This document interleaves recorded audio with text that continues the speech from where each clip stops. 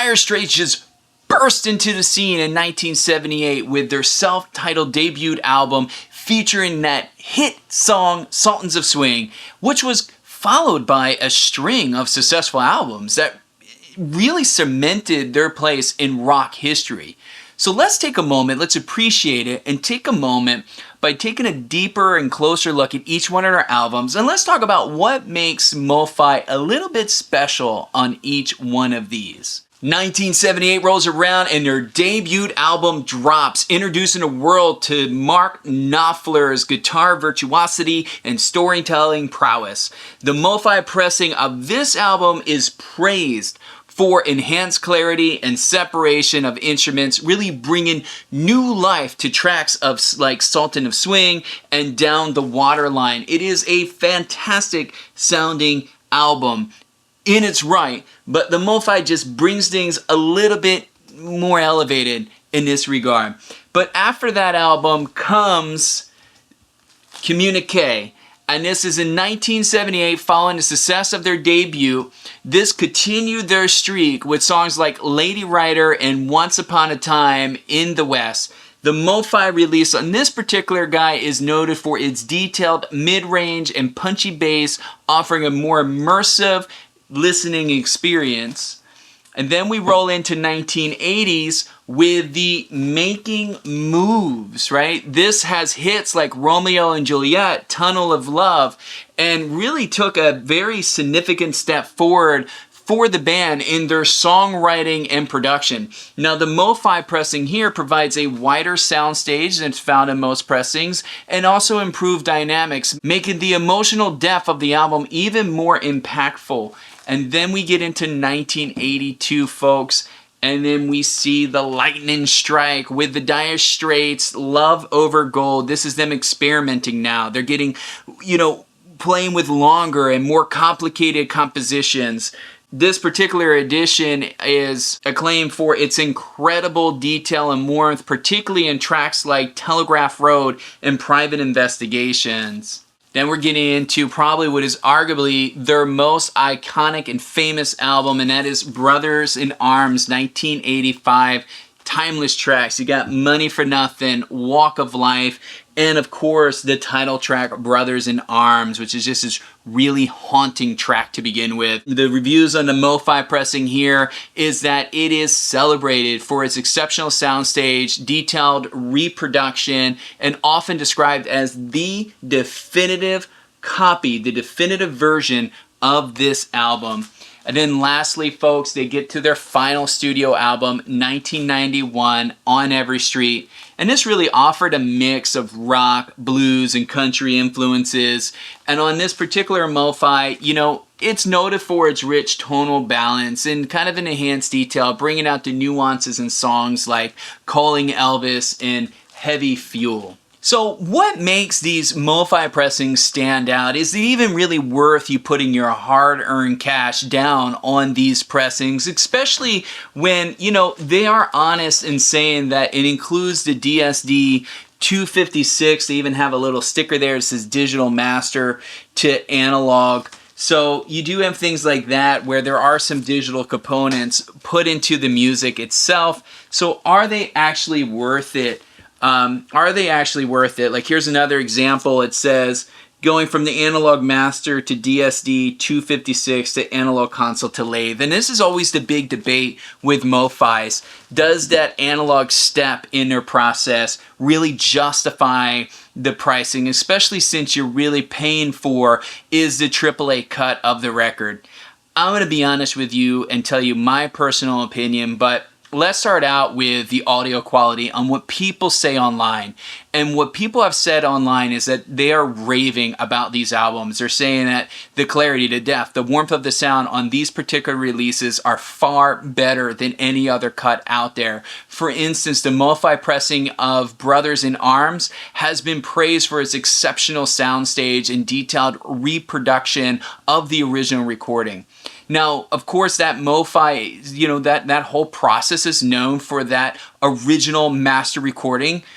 process that they have, which often results in a more dynamic range and greater detail compared to standard pressings. However, the price can be a deterrent for some, and some argue that the sound difference in the quality might not justify the cost. Now, I would typically say in many cases, MoFi or any other pressing, when you say, hey, the audiophile pressing, what you're paying for doesn't justify it from a standard pressing.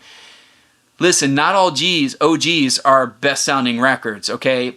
Sometimes they were pressed wrong, mastered kind of not so great. Maybe they were pressed at a time where vinyl was going through some cutbacks on cost, or, the label itself might have not been doing a great job at the time on finding a good master and a good pressing company. So there's a lot of variations that can happen with OGs. They're not always the best sounding records. For some of them they are, but not all of them. And sometimes when you get reissues like some of the MoFis, definitely Analog Productions, Impex, Classic Records, and notably you could go on and on and on. What you're getting is all of that attention to detail put into the music, and what you're paying for is that process. So going back to these records, my own personal experience here, I think that they sound phenomenal. Throw stones, right? Because now it's like if you're an audiophile, you hate MoFi because you learn that there's a digital step in their process. But before we knew, did we care? There's plenty of audiophiles that use MoFi pressings as their demo album. They showcase their entire analog setup on these albums. They praised them. They were the best albums money could buy. There was even somebody who spent like $3,000 on a Santana album that was pressed by MoFi, right? People spent good hard-earned money, and then all of a sudden it's like, oh, there's a digital process and they all suck. And then people come out of the woodwork saying, yeah, the sound quality is not so great. Get an OG from AAA. Listen, if you didn't hear it then, now that it's brought to your attention, doesn't all of a sudden make these pressings sound bad. They sound great. They're very dynamic. They sound wonderful. They are audiophile quality. I mean, you don't hear these records in the depth of sound, in the immersiveness, in the dynamic range that these provide. I've listened to the high-res streaming version of these songs, compared it to the album to see if they felt like an exact digital cut, and I didn't get that. I really, honest to God, I didn't get that. The digital copy to me just lacked life, it lacked warmth, it lacked certain detail. It felt too polished to me, like too sanitized. I didn't get that on this record. Yeah, they're very clean, and you can tell that there's some mastering work done to make them really stand out, right? The instrument separations, there's a lot of air inside of the recording, but I didn't feel like they've been digitized. I didn't feel like I was listening to an SACD or a high-res version. I felt like I was listening to a well-pressed and mastered record. So when you think about the cost and if these records are worth it today, I think for certain collectors and of course certain audiophiles, they are, and they're going to hold a significant value. Despite the whole debacle with MoFi, and really I think what really has upset the apple cart is that they just blatantly lied to the community and their consumers. I think if they were more transparent about that process up front, we wouldn't even be having this conversation. People would just accept it, and that would be it, and people would have moved on with their life. But because of that, it's got a bad name. But it's not about the MoFi. This video is not about the MoFi conspiracy, if you will. It's about, are these Dire Straits albums the definitive copy? Should you invest money and buy the studio albums and complete your discography with the MoFi editions? And I will tell you, if you appreciate wide dynamic range, if you appreciate large soundstage, wide soundstage, if you appreciate instrument separation, if you want to have and experience the best versions of these albums in their totality, then you have to give these a spin. Put one of these on your turntable and you tell me if it's not the best version. If you want an awakening experience, put on Walk of Life. Put on Walk of Life, turn down the lights, crank the volume, and you are going to be blown away. You're going to go into a completely different world.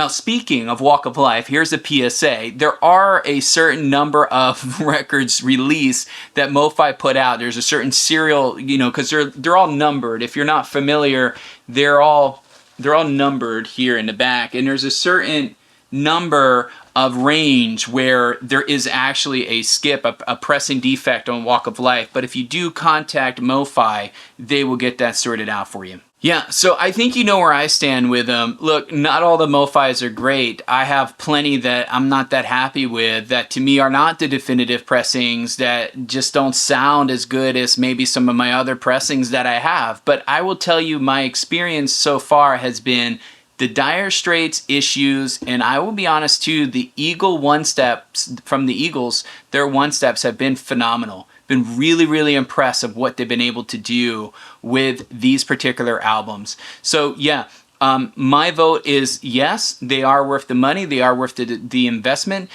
Some might disagree. You tell me your opinion in the comments below, and as you write that, I'm gonna go refresh my cup of joe, and I'll see you on the next video.